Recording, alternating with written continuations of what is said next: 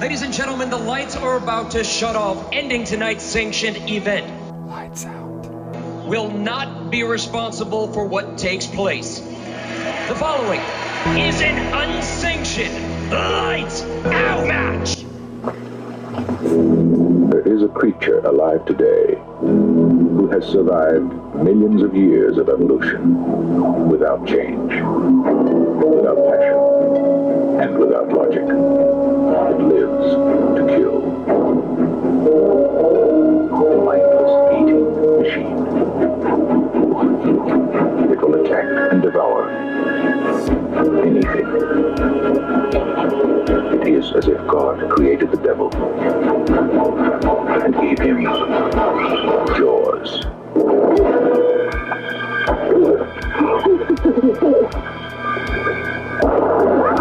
Roy Scheider, Robert Shaw, Richard Dreyfuss. You're going to need a bigger boat. From the best-selling novel, Jaws, rated PG, maybe too intense for younger children. Welcome, everybody, to the Lights Out podcast. Yeah. As we entered the deep blue sea, talking the Leviathan of the sea, hanging out here on the beaches of Amity, Martha's Bay, talking 50 years of one of the most recognized movies of all time. The first ever summer blockbuster. We are talking about the great white sharks, the deadliest beast of the seas, known as Jaws. 50 years of Jaws, the Lights Out are celebrating of this masterpiece of a film. That's it's pretty much revolutionized American cinema since it came out. For the for sure filming style, for the legacy of the film, creating a summer blockbuster by accident. Yep. And we are going to be talking all about it on this episode of The Lights Out. It's going to be a fun one over here, guys. As you see, we are prepared for the beach. We're prepared to go to the oceans. And we're here to swim with the sharks. Here on The Lights Out, brother. We are. Shark Week. Yeah, we are prepared. Yes. Talking about one of the greatest movies ever made. Possibly the best movie ever made. It's one of my favorites for sure. Yeah. Yes. We're here. J.H, Alison, James Kline. Welcome, everybody, to The Lights Out. Of course, The Lights Out is the sister podcast. It's the alternative podcast from the one we do every Sunday called Retro Blood. This is when we get out of the 80s and we talk about whatever we want. No format, no rules. We go lights out, brother. That's what we do. All right? Non-sanctioned. No, we just talk about whatever we talk about, whatever we want to talk about. Yep. I have challenged Alison to talk about this great movie of Jaws that he's very familiar with.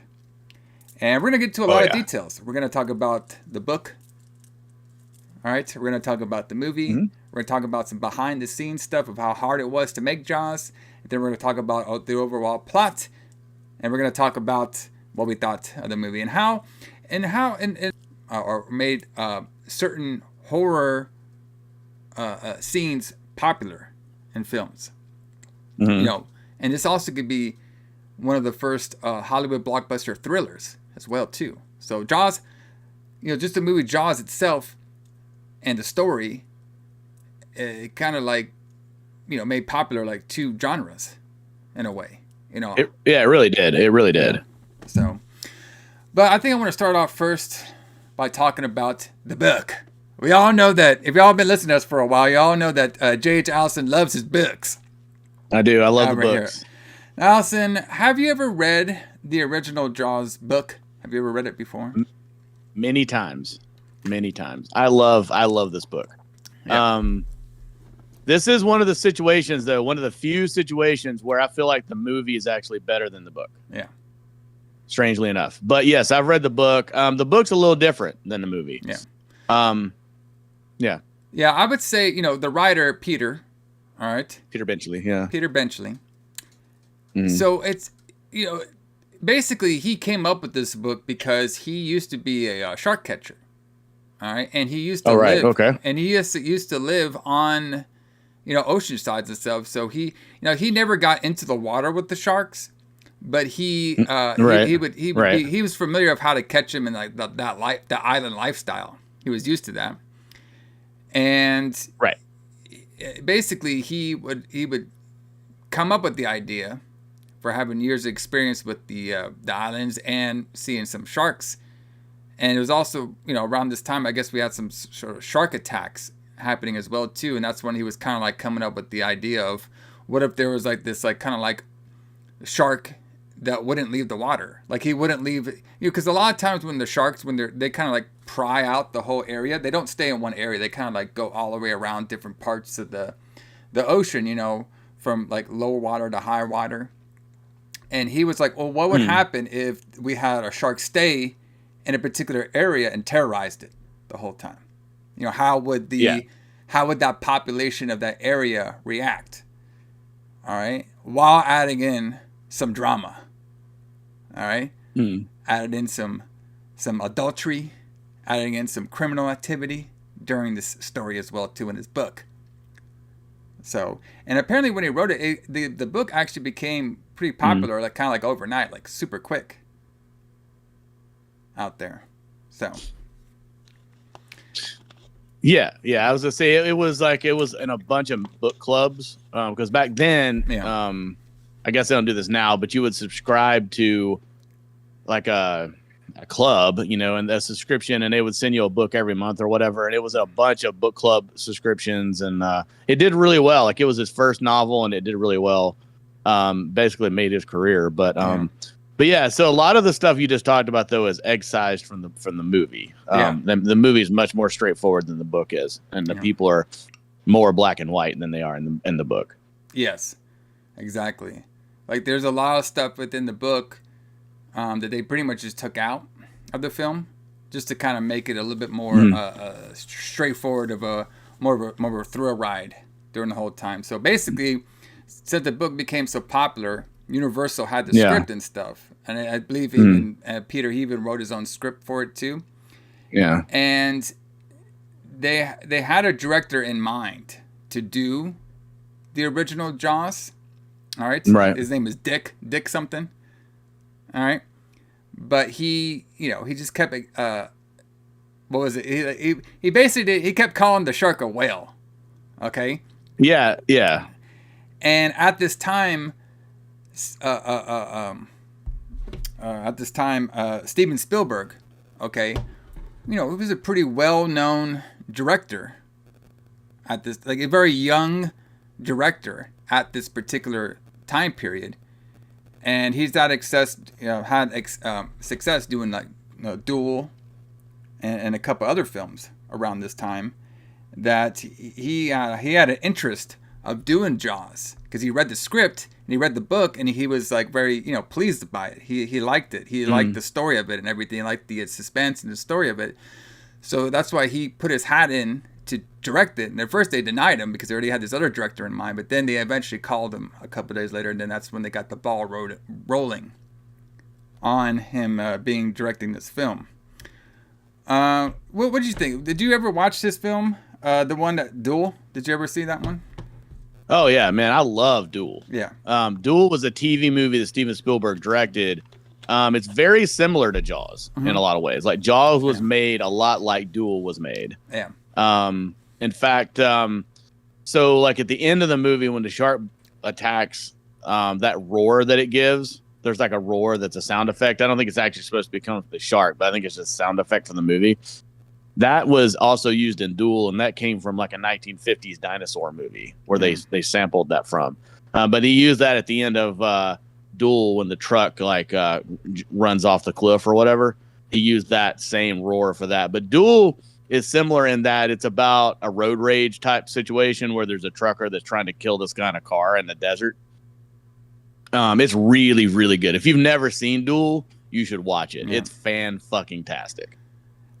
Just a great movie. And apparently a lot of interviews that Spielberg was doing. He was saying that he felt like Jaws was like almost a sequel to Duel, just because of the similarities from him. Yeah, I could see that. You know, having the Leviathan of the road and the Leviathan of the sea out there. Yeah, they should have done a movie where like the truck and the shark team up to like kill people. Exactly. That would have been great. Maybe it could have been the shark driving the truck. Like it. You know Yeah, what I mean? exactly. Like a tag team. Something. Yeah, that would have been fantastic. That would have been Jaws 5. All right. Jaws 5. Yeah. I'm surprised they didn't make a Jaws prequel, but I guess we'll see. Don't give them any ideas. All right. Don't give them any ideas. got a bunch I'm of sure prequels. there's somebody thinking about that. Let's make a prequel to Jaws. But yeah, anyway. So one of the cool aspects to Jaws, in my opinion, was the way that Steven Spielberg decided to film it. Like he could have easily done it in like a tanker on set. You know what I mean? Because that those resources were available at the time of like shooting. Well, that's literally how. Yeah. I was about to say that's literally how every other movie shot on the ocean that takes place in the ocean had been shot before this. Yeah. So, but he was like, I want to give this one a lot more realistic, feel to it. You know what I mean? Like I wanted to have it a little bit more out in the elements. So that's why he decided to do some research, him and his team. And that's when they came up finding the, was it Martha's Village Island out of Massachusetts? Martha's Vineyard. Yeah. Vineyard out of Massachusetts. Which is, it's where a lot of rich people go to vacation. Yeah. And they liked it too because of the sea level wasn't, super deep around the area. So it'd be a little bit easier to use their shark. So they think. Yeah. Yes. So, a couple things, obviously filming we have a all-star cast nowadays. All right. But I did like it where there was only like 8 people from Hollywood that actually was in this movie that got cast. He actually used people who actually lived in Martha's Vineyard to be in this film, which is really cool. Like, you don't for extras and everything like that. Like, it's like, a lot of times, when you're making films, you'll have cast extras and stuff. They'll be from all over. But he casts extras from the actual place that give it more of like that hometown type of feeling there, which I thought was really cool. Yeah. So, obviously we have the Richard Dreyfuss playing Matt Hooper. All right. Yep. Roy Schneider playing Martin Brody. And, of course, Robert Shaw playing Quint. Those are our 3 main characters of the book and the movie on here as well, too. I would say, when it comes to the cinematography of the film, Alison, I think you can agree with me. Obviously, when you're out there doing, a lot of times in Hollywood, especially nowadays, it's all like, CGI or choreographed or something like that, or we have to have the camera placed here, we got to have it placed here. There's not a whole lot of rugged filming, okay? But in Jaws, there's a lot of rugged filming. Like, he's out on the sea, you know what I mean? Like, literally out on the sea. Right. The sea is not it's not playing it well, brother. It's a shoot out there. You know what I mean? So there's going to be some problems happening. And I think the most fascinating part about the Jaws movie, when you really look at the behind the scenes of Jaws movie, is, the hard filming schedule and how Steven Spielberg thought this was going to be the end of his career. All right. Because of he thought it was going to be an absolute failure. Yeah, it's going to be a failure and everything because, when you're a director and then when you're a person, behind a big, it's all about the budgets. I mean, we talked about this all the time when we do Retro Blood and everything. But, there's a lot of these budgets that these movies have, and going over budget to a non-proven film yet is like almost a no-no to do. Like, you cannot do that. You got to stay within time frame and stay within budget. Because originally Jaws, there was no such thing as like a summertime big blockbuster. They were trying to get this movie out by Christmas because a lot of, movies would be around Christmas time. Yeah, so basically back then, before Jaws, they thought that people wouldn't go to the movies in the summertime because it was warm and they were out doing other things. So they wouldn't go sit inside in a movie. People only went to the movies in the wintertime to see big movies. That's why the big movies were around Christmas time, because that's when they thought people would go to see them, because it was cold and they weren't going out to do stuff. So summertime movies before this were basically like movies made for teenagers to see because they were out of school. Yeah. Like teenage, like fluff movies, that kind of thing, was the only, and movies that they didn't want to release and didn't think they were going to do very well. But Jaws changed everything. It was the first summer blockbuster, and then it showed that people would go see big movies in the summertime. Yeah. So it basically, like you were saying, it changed the industry. Yeah. Forever. And it was kind of like an accident almost, because they had, it was an accident. Because they had about 55 days to shoot it, but it went over, like, I think it was like over like 155 days or something like that. So it went over time frame and budget by a lot. By a lot, because the biggest reason, and there's even like documentaries about these plays about this, is because of the shark, the gimmick shark, Bruce, wasn't fucking cooperating, brother. He was like the Hulk Hogan of the sea, brother. It's not working for me, brother. It don't work for him. It don't work for me, brother, out here on these ocean lands. Okay? This salt water ain't doing it for me. Yeah. So that's the biggest hurdle of like trying to get it on time, is basically, trying to work the shark, because so what's very fascinating is like they did try to use a real life shark, okay, from this crew who did like Deep Blue Sea. I think that was like the show. It's kind of like this documentary style show that was very popular around the time.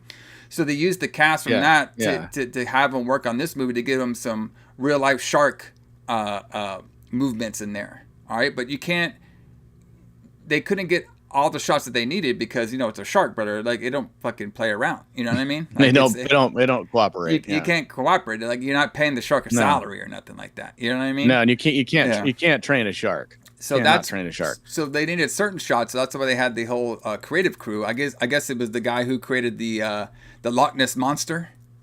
All right. Mm-hmm. From that creature. What was that movie called? From the creature, the Loch Ness monster. Something above the sea or something. I don't know. Like okay, so he created the shark. He created Bruce for this movie. Yes. Also, Steven Spielberg in one of the documentaries says that he said he felt like he needed shots of actual sharks to make it look more realistic. Yeah.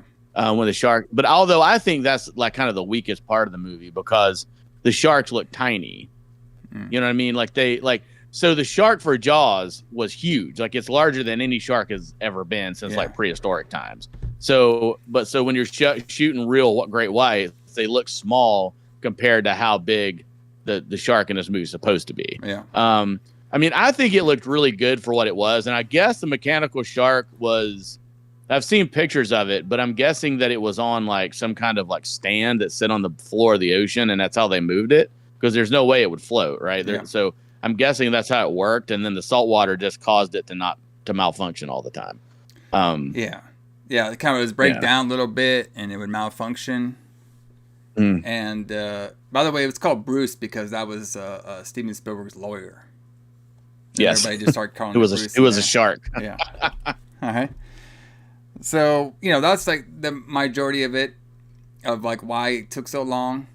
And it took so long, and it was so over budget that I believe even Steven Spielberg, when he was doing his interview, saying that there was some sort of Hollywood actor that basically told him, hey, you're probably never going to work in this business again. And of course, he was worried about it because Steven Spielberg was basically like, was a young director around this time. What was he, like 27? He was pretty young around this time. This was like his second Hollywood movie. Yeah. He'd made Duel, and then he made Sugarland Express, which I think also didn't do really well. Yeah. Like, it wasn't a big hit either. He was worried that he was never going to work again after this. Exactly. So it became a film that he was, scared of, and it actually became a film that actually made his career. All right? Exactly. So, a couple things, and let me take off my glasses over here so I can see. Yeah, I can't see. So let's see. All right. Let's just, we're on we have a little bit of shade right now, so we don't need our glasses on. We don't need our sunglasses on now. All right, so before hanging we out on the beach. Before we get into some of the details of the actual movie, I want to show everybody something that I recently got. Yeah. I want to show them the 50-year anniversary Jaws Steelbook. Right over here. That thing's pretty. That's pretty. Y'all can see it over here. Me and Alison have always been fans of physical media, and we do collect steelbooks.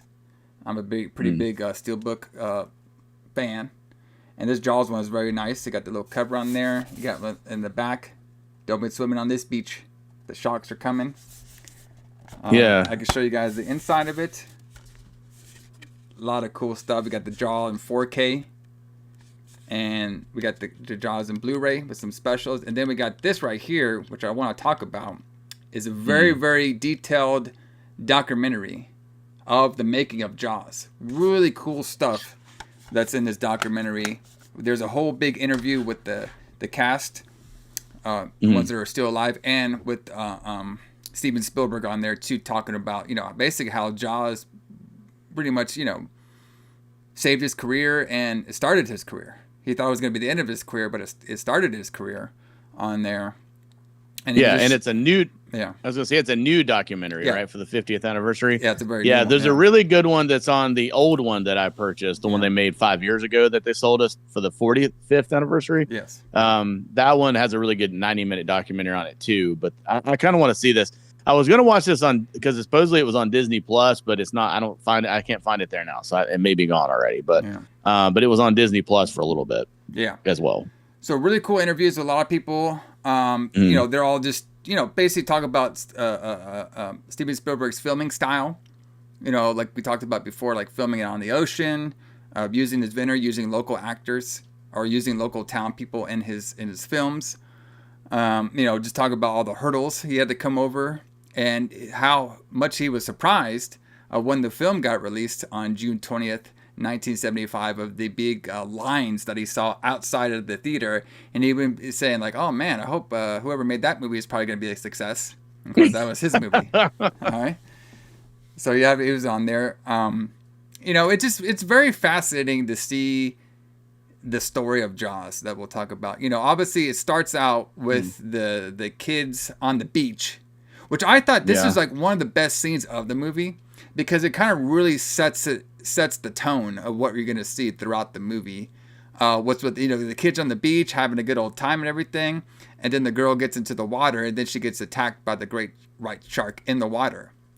Yeah, and which is really cool about the documentary, it shows you how they did this scene of where they had her like how Steven Spielberg wanted to have her go back and forth, like shaking and everything in there to show like how like the creature, the Jaws is like taking her from the underground and moving her around and everything. Very, very cool guerrilla style filming that they did in this movie to kind of like make it all work. And there is something I want to talk to you about, Alison, before we get into the whole thing. Yeah. Obviously, some of the beginning of the film too, we actually see it from the shark's eyes itself. Yeah. And we talk about that a lot when it comes to horror films. I call it the Evil Dead cam because basically we're following through the evil killer's eyes. Obviously they use that in Halloween too. Yeah, that's where I think of it. The first time I seeing through the killer's eyes was in Black Christmas. I'm pretty sure there's a movie before then that's used it, but it's a very popular trick. Apparently this trick has been they make it up to the watcher's imagination of what the killer is seeing, and apparently that's a big Stanley. No, it's a big shit. Who's the guy that did Hitchcock? Alfred Hitchcock. It's a very big Alfred Hitchcock style of filming, and that's what Steven Spielberg, wanted to incorporate in his films. So, and I would ask you, Alison, like, with that style, is that the most like horror movie thing in this film? Almost is seeing everything from the killer's eyes, the shark's killer's eyes. I think that's one of the things that makes it a horror movie. Yeah. I think there are two things that make this a horror movie and not just an action movie. One is the shot of the killer's view, the shark's view, which we used, and also because it actually made people scared to go to the beach. Yeah, it genuinely terrified people. But yeah, like the killer's view, I mean, he says that it was influenced by Hitchcock, and it probably was. Yeah. But it was also due to necessity because the mechanical shark didn't work very well. Exactly. So he couldn't show it, and that actually made the movie better because the shark is in it less. Like you don't like. I feel like it's a lot better, or a lot. It contributes more to the movie if you don't see the killer or the monster as much. Yeah.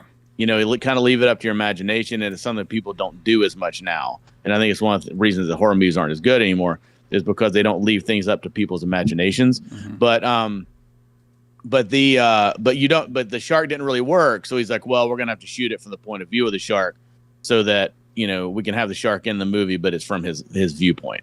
But yeah, I think that's an amazing part of the movie. All of this, like a lot of the reason this movie is good is based on accidents. Yeah. You know what I mean? Yeah. Like, you know, like shooting it on the ocean was really hard. And, you know, you see the boat go up and down and it doesn't stay in frame, but it looks realistic. You look like you're actually watching a boat on the ocean because it actually is on the ocean. You know what I mean? And the shark is a real thing. And then you shoot through his viewpoint. But yeah, I think that's one of the things that contributes to it being a horror movie is that you can see it through the Michael Myers cam, as I call it. Yeah. Which, like you said, was used in Black Christmas before this, so it's not the first time it's ever been done. Yeah. But it would be one of the parallels between this movie and Halloween, but not the only one. And we'll talk about some of those later as we get into it. So, you know, obviously it's also too very interesting. Like, but it also makes it like a horror movie in a way too. Is it's a small we're in a small town, which is like a small island. Yeah. Which we see in almost every horror movie island movie known to man now, is there's always some sort of small town, small island and stuff.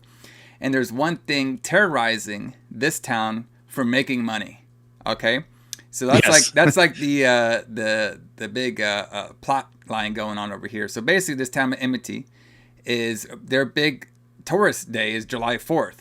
Okay, and they got the shark attack, but they weren't for sure if it was a shark attack or a boat attack. So that's why they were doing some research on it. But this is when we meet one of our main characters, Brody, throughout the film. Wait, did you say boat attack? They thought it was a boat attack. He was attacked by a boat. Yeah, like a boat attack. That's what one of them. That's what like the chief guy was like. Oh, might have been a boat attack on here. Okay. Don't worry about it. All right. Okay. Anyway, that's funny. But yeah, okay. So this is when we meet our chief, Brody. Okay, Martin Brody. Okay? Yeah. He basically is new to the island. I mean, this is all, like, if you really look at this, like, there's so many movies out there that has copied Jaws. It's not even funny. I mean, we got a brand new cop in this small town. Mm-hmm. He's not used to water. He doesn't get the whole life here yet, but he's trying to do good. Okay. Isn't he only supposed to be there for the summer or something? Doesn't he say that? Like he's only there for the summer. He's going to be the chief of police for the summer and then go back to New York City or wherever he's from. And he's from some big city, I think. Yeah. And he hates the water. Yeah. He hates the water. So he goes to live on an island. Exactly. Yeah. But the wife likes it. You know what I mean? So he's getting these calls about, you know, the shark attack and everything. And now he wants to close down the beach. But the mayor doesn't let him. So that's when we cut to a shot where he's basically in the beach. He's watching everything to see if he can watch out for a shark because he's not sure yet if the shark is like, because, you know, a lot of times shark attacks, they'll attack, but then they'll be gone. Like they'll be just gone. You know what I mean? Won't be in the water again. So that's why they don't shut down the beach sometimes. But if it keeps over happening, that's when they would shut down the beach and try to get the threat. All right.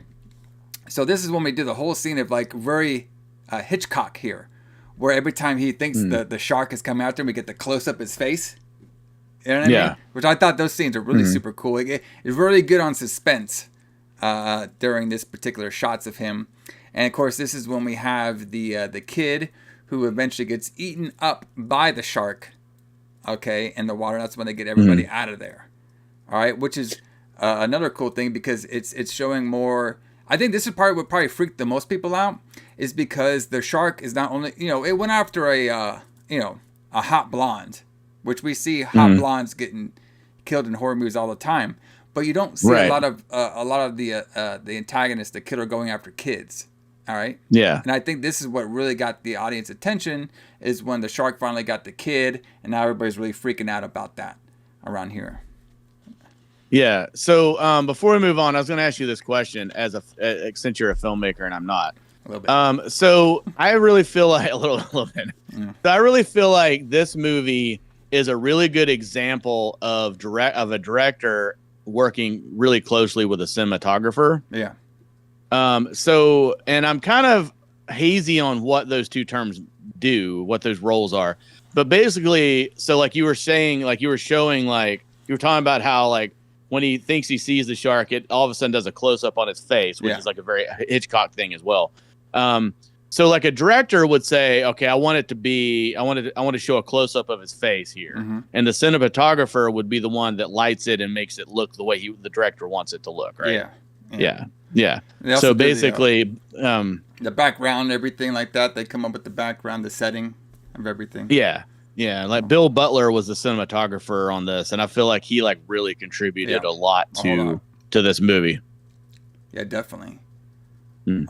So, you know, this is also too when we progress in our story. Now the town knows that there are sharks out here, and they know they don't want the beach to be shut down because a lot of these businesses, they work off July 4th, and if the beaches are shut down, they're not going to get the travelers from July 4th to come over here and do it. So a lot of the townspeople take into their own action of trying to go out here and capture the shark on their own. All right. And I think this is a really cool scene around this time because we're getting most of the people that are in the boats that are trying to capture the shark were all native to this Martha's Village, which is really cool. Yeah, all those people were actually people who lived in the town. Yeah. But they don't. Yeah, so they put a bounty on the shark, right? Yeah. That's what caused them all to go out there. But yeah, at first though, they just want to forget this happened. Like they want to pretend like it's not a big deal because, and I sort of see what they're saying because, you know, if they talk about a shark attack and close the beaches, nobody's going to come and everybody's going to starve to death. So Quint makes that point that they're going to live on welfare if they close the beaches, if they don't kill the shark. So, I mean, I guess what the mayor's thinking is like, well, we had one shark attack and that's terrible, but let's not ruin all these people's livelihoods over something that'll probably never happen again. Yeah. You know, because sharks don't come back and chase people typically. Like that's not something sharks do. In the book, it's a little different. I believe that he's like influenced by like the mafia, like he's owes money to the mafia or something, and they're influencing him to keep the beaches open so they can make money. Yeah. But basically in this, he just doesn't want to close it because his town's going to starve if he does. Yeah. And this is when we get a couple great scenes of like my favorite one. It was like the two old guys on the bridge on the little pier trying to capture the shark. Oh, with the roast? The roast, yeah. That was great. And the shark's so big, it takes the whole bridge down and everything, and it's like flying, and they got to get out of there. So that was a fun scene. And there's a scene exactly like that almost in the American Godzilla movie, the one that was made in the 90s. Yeah. Where he comes up on the pier and with a fisherman. Like that was taken directly from Jaws, I guarantee it. And then we have the townsfolk throwing meat in the water. So at this time, Brody's trying to stop them all. I was like, what are all you doing out there? Going out there, just giving out meat and trying to capture this stuff. But none of them was listening to him at all. All right, so this is when we meet Hopper. All right? Yeah. And he is basically the marine psychologist, of sharks. He's like the shark expert over here. And Brody's really, glad that he met him and stuff. And then the first thing that he needs to do is check out the victim that got bitten.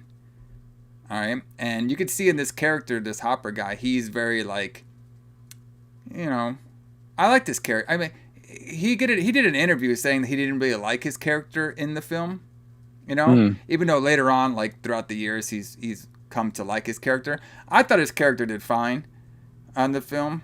I thought his point came across. He's saying his character didn't get to grow as much because of the very limited filming schedule that was on here. Right.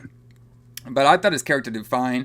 Obviously, they took away the backstory of him fucking up Brody's wife, fucking on Brody's wife and stuff. But I thought his character did fine of what it was, supposed to be and stuff.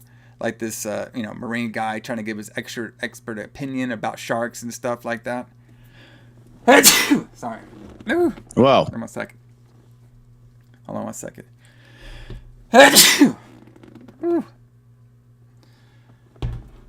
All right. And so, we meet him, and he takes a look at the body, the first victim we have, and he noticed how big the teeth were. So when the actual townspeople catches a shark, they actually caught a tiger shark. But Hooper says, no, we're not looking for a tiger shark. We're looking for a great white shark. So at first the town people are like, okay, we're saved. Our July 4th is saved. We got the shark that's on here. But then Hooper is the one that suggests, like, no, we got to cut this thing open because of the humanes on here. We got to see if this one was the one who swallowed the kid or not. Okay? Mm-hmm. And this is when we got that kid's mom coming over here, and she slapped Brody across the face because they kept their first victim away from everybody, and then everybody found out that there was a first shark victim. And she feels like her kid basically died in vain because of this. Because right. She's saying that's one of the saddest parts of the whole movie, I feel like, when she shows up to Brody. And then, like, she blames Brody for not closing the beaches when he's the only person that did want to close the beaches. Yeah, exactly. And and he's And then we have the very like human aspect of the Brody character, where he's like hanging out with his son, his wife, and everything. He's feels very sad. He's very, very moral. We're seeing a lot of moral character in this guy. Then basically they all think that the shark is gone now because they caught that tiger shark. So everybody goes back to the beach. All right, but this is when we're seeing more scenes of people within the beach and stuff, and eventually there was a shark sighting, but it was just some kids making a prank. All right. Right. And then from there, that's when we get this other girl who's painting. She's saying shark, shark, shark, shark, and the shark is actually in the shallow water this time. Right. And the guy, and then we have Brody's kid who was in the shallow water. All right, but we got him out of there before the shark can attack him. But now everybody knows that the shark can actually go to shallow water now, so they're all freaking out.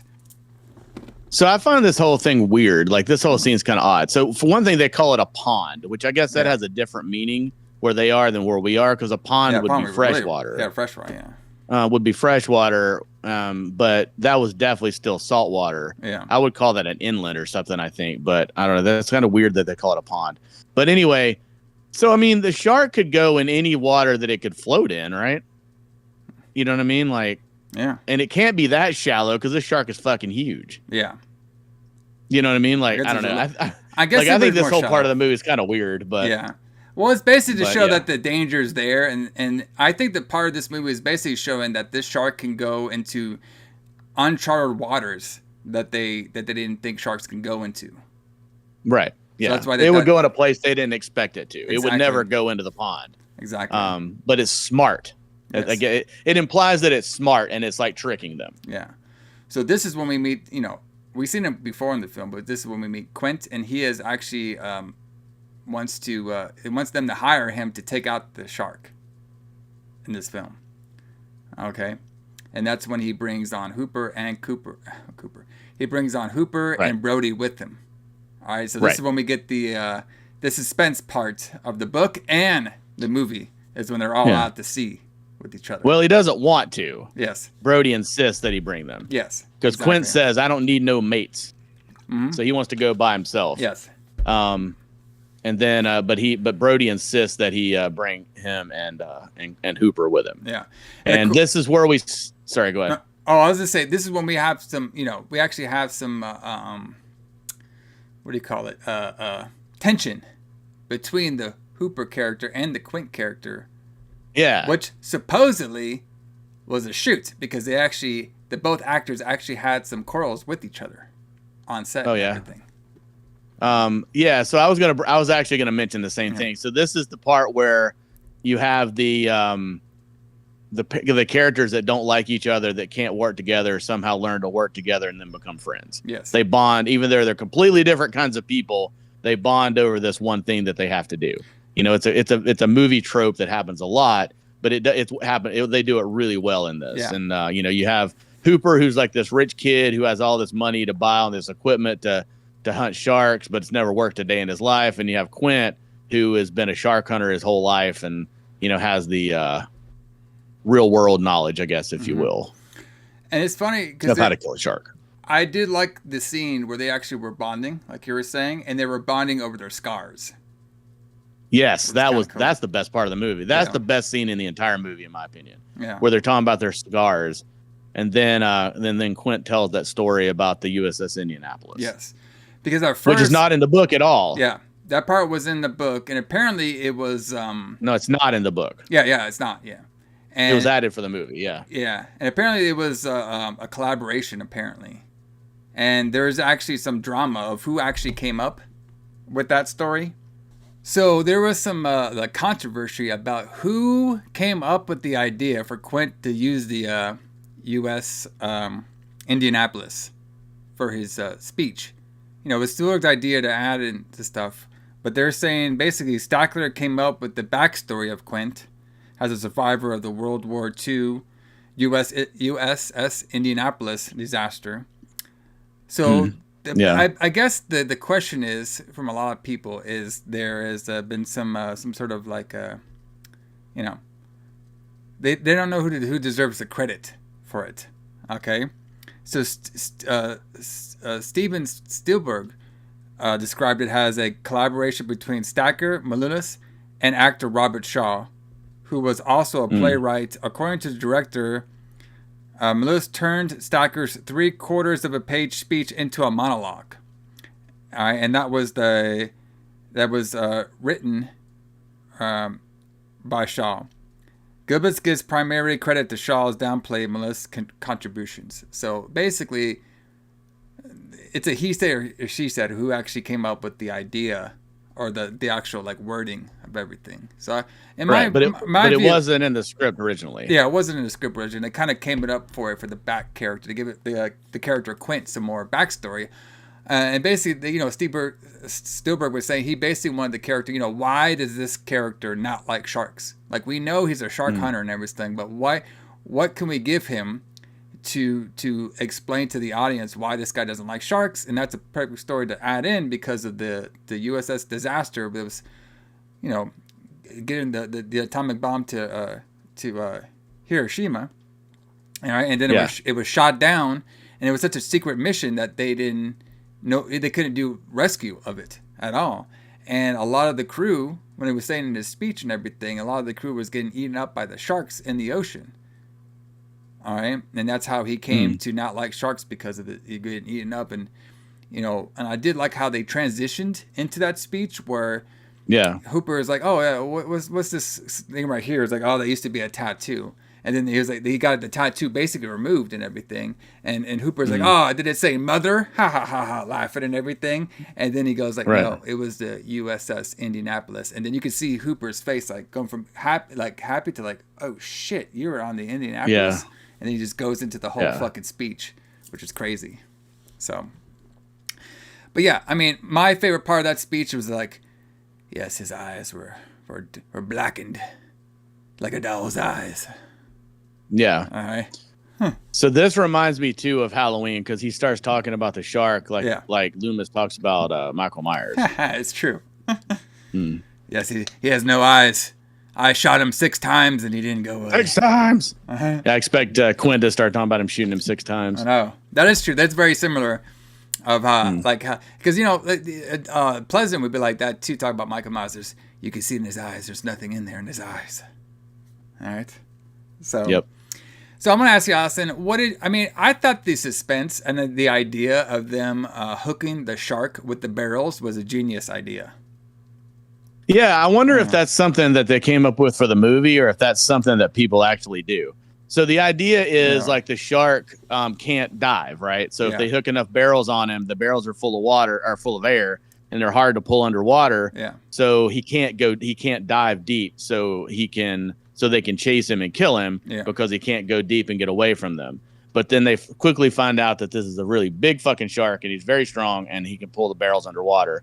Yeah. Because they at one point say, I've got 3 barrels on him, and he's still pulling it underwater. Yeah. Yeah. Yeah, still pulling it on there. Hold on one second. Yeah, they're saying basically he has like 3 of them on there, and he's still pulling them underwater. Yeah. Right. And there's also a way for the filmmaker, because remember the shark was giving them trouble, and they were saying, well, okay, we got these barrels. It can give the audience suspense of where the shark's at, even though there's no shark there. Exactly. I was about to mention that. Like, so it gives you, it lets you know the shark is there without being able to show it. Exactly. When the mechanical shark won't work. So every time, like, you know, one of the barrels pops up out of the water, you know, oh, there's the shark. Yeah. You know, he's at least close enough for the barrel to come up above again. And even in this whole scene where they're talking about the in USS Indianapolis, you can see the sharks outside the boat. Like he's the barrel's like floating around outside. Yeah, and I think it's cool. I do like the setup when the shit hits the fan scene where they're all singing that at home song, and then the shark starts attacking the boat, and then that's when they all go to defense mode to try to capture the shark. So they start doing a couple things. They try to get the barrels on there and stuff. They have to eventually cut the barrels because it's dragging the boat down still. Right. I thought one of the craziest scenes was when Brody was trying to call the Coast Guard, and Quint's like, "All right, no, you ain't calling them motherfuckers." He takes the bat and breaks down the fucking radio. And Brody's like freaking out on him and shit. He's like, Brody's like, "That's great. That's great. That's great." But but it's he's just like, nah, fuck this. We're gonna kill the shark ourselves. Yeah, you know, we're not calling the Coast Guard. Yeah. So, you know, when you were watching this for the first time, Alison, were you surprised that the Quint character died in this one, that he got eaten up by the shark? I don't know. Like, it's hard for me to remember what I thought the first time I saw it. Because the first time I ever saw this, it was on TV. Okay, yeah. So, you know, I watched it because, like, back in the 80s, they would have 1970s movies that would show, like, you know, in prime time, they would show a movie on television and usually add extra footage to it. And there is extra footage for this movie that was added into it for the TV version because they had to cut out some things. Yeah. But I don't know if I was surprised or not. I mean, I was a child when I saw it, so maybe I didn't really understand narrative and maybe I didn't understand story. So maybe I wouldn't have been surprised. Yeah. But it is sort of surprising in a way, you know, that the master shark killer dies, but it does get you more suspense, I think. More suspense because now it's left to the guy who doesn't like water, can't drive a boat, doesn't know anything about sharks, and he's got to find some way to kill the shark. Yeah. Yeah, so it gives you much more suspense. So I know one of the big differences from the book to the movie was the fate of Hooper. Yes. So Hooper in this movie, he basically comes up, he thinks that he can inject the shark with like a tranquilizer or something like that. Like poison. It's like strychnine, I think. Yeah. And he's not sure if he can get through the shark's, skin, but he's going to try anyway. And the only way to try it is to go into a shark cage. And everybody was like, no, we can't do this. It's like, well, you guys got a better idea. So they all build the shark cage and they all get him down in the water. Yeah, he's gonna try and hit it in the eye. Yeah, the eye. Quint, he's putting it in that. He shows Quint the needle. Yeah. And he's like, maybe I can stick him with this. And he's like, if I can I can put enough strychnine in him to kill him. And Quint's like, is this, do you think this is going to go through a shark's skin? He's like, no, but maybe I can get him in the eye. And Quint's just like, okay, fucking whatever. So he's going to go into a shark cage and try to stick this shark in the eye with a needle on a pole, which sounds like a horrible idea, but they don't have a better idea. So this is what they're going to do. Well, let's just say this idea didn't really work. It did not work. Right when they got down the cage, the shark just goes right onto the cage, attacks him, and he drops the fucking spear. Yep. So now he's stuck. In the book, he dies. In the book, he dies in the cage. Yeah. So how does he die in the cage in the book? Does the shark eat him, or? Yeah. Okay. So the shark basically tears the cage apart and eats him. Yeah. Okay, gotcha. Yeah. So in the film, the shark is breaking the cage. Okay, but then Hooper escapes from it and he hides for the rest of the film underneath the water, the reef. Right. So this is the one thing I don't like about this movie, because for some reason they wanted Hooper to survive. Yeah. But it creates a story problem, right? Because the whole idea of the story at the end is that Brody, who doesn't know what he's doing, has to find a way to kill the shark by himself. Yeah. But if Hooper survives, then he has an expert to help him. Yeah. So basically the way they fixed that was they had Hooper swim underwater, and hide behind a coral reef or something for the rest of the movie. You know what I mean? Like, why doesn't he just swim back up to the boat? Like, it doesn't make any sense. Like, this the only thing I don't like about this movie is it doesn't make any sense that would happen, that he would stay underwater the entire time this is going on.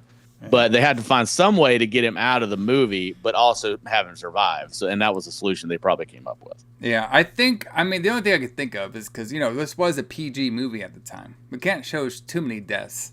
So we have to have at least maybe a couple survivors or something. Well, maybe, but it's way more graphic than a lot of like even rated R movies are today. It's true. I mean, like the whole scene where he's like, if they made a PG movie with the scene where the shark's biting Quint in two and the blood squirting out of his mouth and everything, like people would lose their fucking minds. Yeah. If they did that today. That was for sure. So, it was suggested the way to kill the shark was using some explosions, but they couldn't get the explosions on the water. So what did you feel about the way the shark died with the air tank, and then having Brody have to shoot the air tank and get it right? Obviously it's a very like Hollywood style ending with the big explosions and everything. That's exactly what I was going to say. It's a very Hollywood ending. Yeah. Because the ending of the book would have been really anticlimactic. Because in the book, Brody is basically about to die. Like he's floating there on the wreckage of the boat, and the shark's coming towards him, and he's going to eat him. And then he dies because they've just been shooting him and stabbing him with spears. Yeah, and then he finally just dies. He bleeds to death and dies right before he's going to eat Brody. But you couldn't have that in a movie because it wouldn't be a big Hollywood climax. Mm-hmm. So they have him, see the scuba tank stuck in his jaw, and then Brody shoots the scuba tank, and then the whole smile, you son of a bitch, and then he blows him up. Which is impossible, by the way. Yes. Yeah. So basically, that does not happen. So when Quint was getting eaten up, that's when the air tank went into the mouth, and that's when he had a couple shots to blow him up. But it's been proven that air tanks won't blow up like that when they're in water. Right. And we're supposed to believe that like Brody could shoot it and it would blow up, but the shark biting on it wouldn't make it blow up. Exactly. So, you got to do your Hollywood disbelief sometimes over here, when it comes to that. Exactly. It's a movie. It's not a documentary. Yes. So, but obviously a very, intense scene though that they had in that particular scene. And of course, when Brody blows up the shark, he now realizes that Hooper is still alive. Hooper asks for what happened to Quint. He says no. So and then they swim back to shore. They ask what day it is, and then he asks like, I don't know if I like this water. They kind of like go back to the beach and stuff. So yeah, because they've been out on the water for like 3 or 4 days, right? Yeah, they've been out there for a while. So, but yeah, it's just crazy to think like the whole, of how much movies got inspired by Jaws. You know what I mean? Yeah. Like, obviously there's been parodies of the Jaws movie. Like I think when on the Retro Blood, when we did Blades, that was like a whole parody of Jaws the whole time. Yes. But just like little things. Which is awesome. But little things. We have a small town in crisis. There's something that's hard to stop that's hurting the town. So we got to find some heroes in our film to stop them. Yeah. We got something like a killer that's hard to see, stalking and killing people from the town. You know what I mean? We got some drama within the townspeople and the heroes themselves.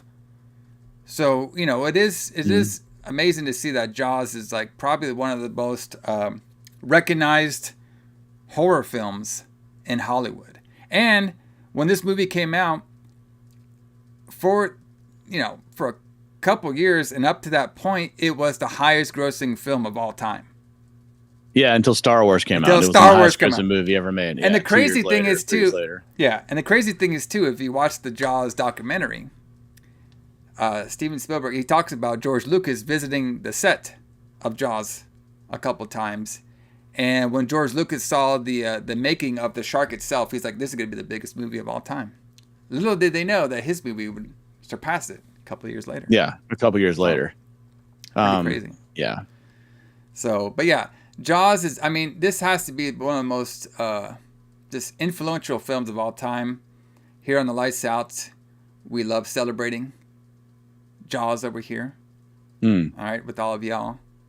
That's just a little bit about some of the making of Jaws, some of the hurdles of Jaws, and some of a quick little review about it. But everybody, I just want to say, you know, Jaws, like, you know, to me, like, it's probably not my, like, favorite movie of all time, but it is one of those films that has, the way that it was filmed, the way it was made, has influenced so many films that it's like one of the most important films in history. Yes. Over here. So, pretty cool stuff to celebrate a movie that is 50 years old. So basically, Jaws right now can get senior citizen discounts. Can it? It can, yes. It can. It is 50 years old. There you go, brother. So, but everybody, thanks for joining us here on the Lights Out as we celebrated the Jaws 50th anniversary. And, like we said on a couple of the Retro Blood episodes, join the Retro Blood for July. Because they are doing 1980s Shark Month. Yeah, we've never done this before, so this is going to be awesome. Talking about shark movies from the 1980s. And of course, we're going to be talking about Jaws 3D, which I cannot wait to watch. Yep. Jaws 3D. Imagine that shit. Is that like... Have you never seen it? No. If it's anything like Jason 3D and shit, or Friday the 13th 3D, I'm in. But we'll see. Oh, yeah. You have to... Yeah, I can't wait for you to see this. And then Jaws, The Revenge is going to be one of the movies on there, too. So it's going to be a fun one. And, of course, we'll be back here on the Lights Out because we have to talk all about Jaws 2. Yeah, we can't leave that one out, right? Yeah. So in July... Have you ever seen Jaws 2? No, I haven't seen any of these movies. Oh, man. The only movie I've ever seen, it was Jaws, the original. I have never seen Jaws 2, 3, 4, whatever they got. I've never seen any of that stuff. I love Jaws 2. Yeah. I mean, Jaws 2 is fantastic. So, but yeah, that'd be very fun to talk about. We're going to talk about all about Jaws 2 and the Lights Out coming in July. Yeah. And then we'll have the whole schedule of doing Jaws 3D and Jaws Revenge. And then during Jaws 3D, we'll let you know about the other two shark movies that we found for the 1980s for out there. So, but everybody, thanks for joining us here on the Lights Out. Alison, do you have any final words to talk about Jaws? I know you love watching this movie around Independence Day, July 4th. Yeah, I was about to say, it's my July 4th movie. Like, my July 4th usually consists of going to a cookout, eating some burgers, coming back home, watching Jaws. Yep. As the sun goes down. Because he's going to need that bigger boat. You're going to need a bigger boat. All right, buddy. James Kline and J.H. Alison, we'll see you here next month for Jaws 2. And catch out the Retro Blood as they finish up It Came from Outer Space Month Part 2. And join them for July as they talk 1980s shark movies. Yeah. See y'all later. See you guys.